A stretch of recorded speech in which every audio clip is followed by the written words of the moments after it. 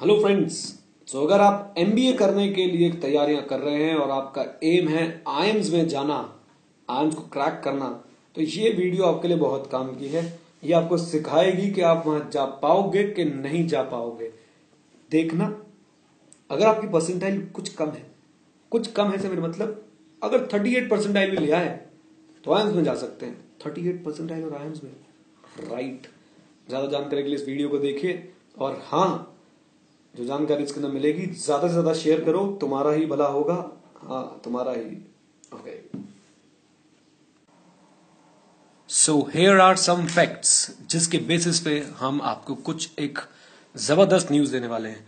Fact number 1, 2013 में around 1,73,000 students appear for CAT, common admission test, जो जिस exam के बेसिस पे आपकी आईएम्स में एंट्री होती है। Fact number 2, out of this 1,73,000, 95,000 students scored a 0 और negative mark. Fact number 3, cut off, IIMs की कट ऑफ, आईएम्स की जो कट ऑफ होती है वो आपको, वैसे तो आईएम्स डिक्लेयर करता नहीं है, बट हां, क्योंकि वो एक पब्लिक नॉलेज है, तो जैसा कि आप सब जानते हैं India is a democratic country, तो हम लोग आरटीआई के थ्रू उसके बारे में पता लगा सकते हैं। एक भले मानस ने, जिसका नाम है दीपक मेहता, आरटीआई फाइल करी और आरटीआई फाइल करके आईएम्स की कट ऑफ निकलवा ली। तो आईएम्स की करंट ईयर की कट ऑफ, यानी जो 2013-15 का बैच था, उसकी कट ऑफ कुछ ऐसे थी। जनरल कैटेगरी के लिए जो कट ऑफ गई थी दैट वाज 98.28, और जो शेड्यूल ट्राइब के लिए कैटेगरी आपकी कट ऑफ गई थी दैट वाज 38.34। इमेजिन इनके बीच में डिफरेंस कितना था। इनके बीच में डिफरेंस अगर आप देखेंगे तो था लगभग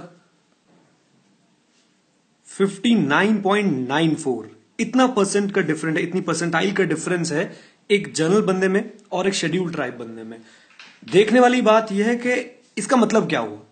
अगर जनरल कैटेगरी वाले के 98.28 परसेंटाइल आए तो उसके चांसेस है कि उसको आईएम से कॉल आ जाएगा, लेकिन अगर किसी शेड्यूल ट्राइब के 38.34 नंबर भी आए तो उसको भी कॉल आ जाएगा, यानी 59.94 परसेंटाइल का डिफरेंस आ गया।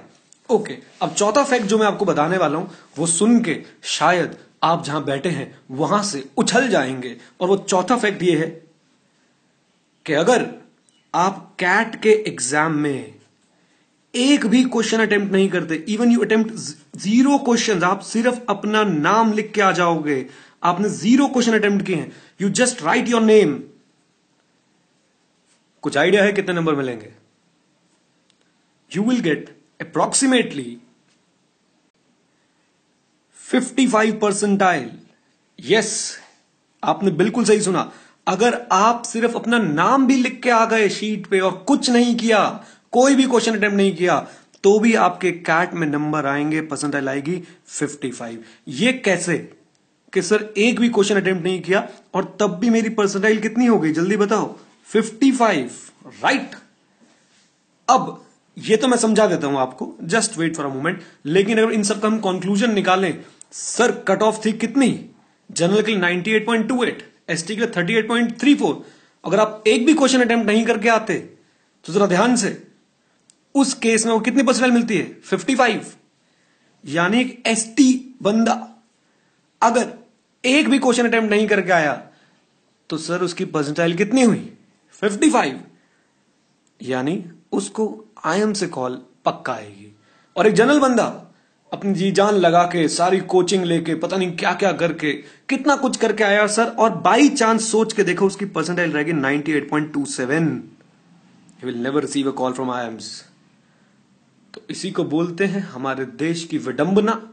इक्वालिटी देखा कितनी जबरदस्त है। अब आते हैं पॉइंट पे कि सब बिना एक क्वेश्चन अटेम्प्ट करे भी 55 परसेंटाइल कैसे आ सकती है। वो 55 परसेंटाइल कैसे आ सकती है, कैट का स्कोरिंग का तरीका, उस पर डिस्कशन करते हैं। ओके, तो हम ये देखना चाह रहे थे कि कैट में 0 क्वेश्चन करने के बाद भी आपकी 55 परसेंटाइल कैसे आ सकती है। तो शुरुआत करते हैं सर हम एक फोटोग्राफ के साथ, और ये है वो फोटोग्राफ। एक्चुअली में ये एक कॉमन एडमिशन टेस्ट का स्कोर कार्ड है, जरा आप ध्यान से देखें। नेम ऑफ द कैंडिडेट छुपाया गया है ताकि कोई देख ना पाए कि ये कौन थे भाई साहब। और आप यहां देखोगे कि जो परसेंटाइल हमने डिस्कस करी थी, इन्होंने QA एंड DI में इनका स्कोर है आउट ऑफ 225 82 और परसेंटाइल बन रही है 53.61 और VALR में इनका स्कोर है 83 और इनकी परसेंटाइल बन रही है 57.23। दो सेक्शंस में टोटल मिला के इनका स्कोर हुआ है 165 और इनकी जो परसेंटाइल निकल के आ रही है 55.46। अब आपके दिमाग में एक क्वेश्चन घूम रहा होगा कि भाई इसने तो कोई ना कोई क्वेश्चन किया होगा तभी इतने मार्क्स आए। नहीं सर, कैट का एक प्रोसेस है अपना स्कोर निकालने का, जिसमें सबसे पहले रॉ स्कोर निकाले जाते हैं, उसके बाद उनको इक्वेट किया जाता है और उसके बाद स्केलिंग की जाती है। ये जो मैंने दो वर्ड यूज किए, इक्वेट और स्केलिंग, ये शायद आपकी समझ में एकदम से ना आए। These are some technical terms, statistical process है। हाँ, अगर आप बोलो कि आपको इस बंदे से मैं मिला दूं तो वो मैं जरूर कर सकता हूं आपके लिए। चलते हैं और जरा मिलते हैं इस व्यक्ति से कि व्यक्ति है कौन। ये है मिस्टर जीपी। मुझे नहीं पता कौन है, बट मैं जब सर्च करने लग गया तो जीपी का फंडा एक वेबसाइट समझ आई हमें और उसमें एक आर्टिकल लिखा हुआ था, अजब कैट की गजब कहानी दोबारा। तो अजब कैट की गजब कहानी दोबारा में जब मैं पहुंचा तो मैंने एक आर्टिकल के सेक्शन में जाकर देखा, 0 अटेम्प्ट फैचेस 55.46 परसेंटाइल। और भाई साहब लिखा है, I took CAT on 16 October 2013 in the 10 AM slot and did not attempt any question. और जो मार्कशीट अभी हम देख रहे थे, सेक्शन 1 में 53.61, सेक्शन 2 में 57.23 और ओवरऑल सेक्शन में 55.46, ये इन्हीं भाई साहब की मार्कशीट है। और यहां पे इन्होंने एक लाइन भी लिखी हुई है, as I have confirmed earlier on Facebook the CAT score card doing the rounds with the above score is mine. तो ये रही सर उस बंदे की मार्कशीट जिसने कुछ भी अटेम्प्ट नहीं करा था। ये भाई साहब किसी कोचिंग सेंटर के लगते हैं और इन्होंने सिर्फ कैट को समझने के लिए काम किया था। That's it. So I hope आपको ये जितने फैक्ट्स आपको बताए गए, इनसे आपको पता चला कि अगर आप शेड्यूल ट्राइब नहीं है तो आईएम्स में जाना बड़ा मुश्किल है, लेकिन अगर आप शेड्यूल ट्राइब है तो सिर्फ पेपर ब्लैंक छोड़ के आ जाओ और आईएम से कॉल आ जाएगी। तो अब क्या करना है सोच लो, अवेयरनेस फैलाओ, लोगों के साथ शेयर करो और कोशिश करते हैं इस सिचुएशन को बदलने की। Thank you very much. और हाँ, हमें सब्सक्राइब करना ना भूलें, नीचे एक लाल रंग का सब्सक्राइब बटन है, उसे सब्सक्राइब कर लें और जुड़े रहें साथ में। Thank you very much. जय हिंद।